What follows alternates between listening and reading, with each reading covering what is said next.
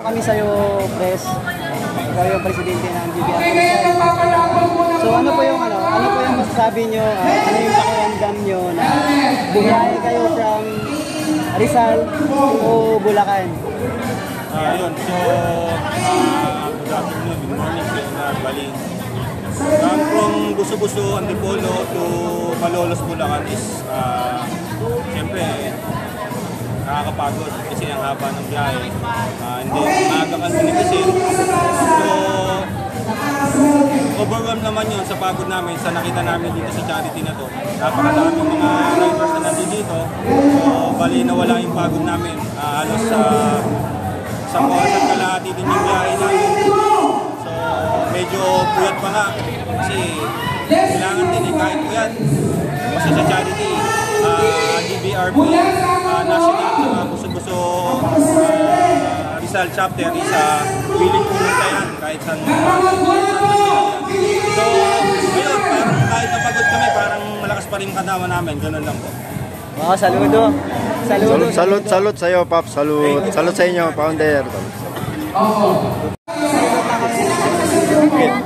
Anong pakiramdam sa galing? Asa na po yung girl sa GRC? Ay, dalawa sa isang group of problems na pa-partner. Masaya na po na.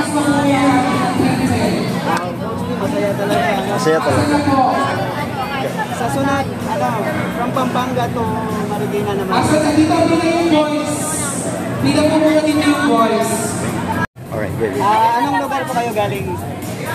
Pampanga. Pampanga, binahe kayo ng Pampanga from dito. Ano po yung pakiramdam? Bumiyahe kayo from Pampanga to Bulacan. Miss Joby, kulit na! Kasi sabi nito mga bandang 12 na. Nakakamera yun. Nakakamera mo. Mga bandang 12 na ng gabi, nag-overnight lang. Kailangan sa support. Ano lang lang. Tulong-tulong lang. Yun naman talaga yung ano natin. Anak niya, sir, anak niya. Okay, congratulations! So ano yung pakiramdam na, pero saludo suporta sa ng tama, ano? Ano yung masasabi mo sa ganitong event? Okay, sige po! Short message lang, short message. Sa lahat ng mga givers natin, sige, kailangan po natin ng 20 Pero people. sir, sa anak ng leader sa Anong feeling na lang?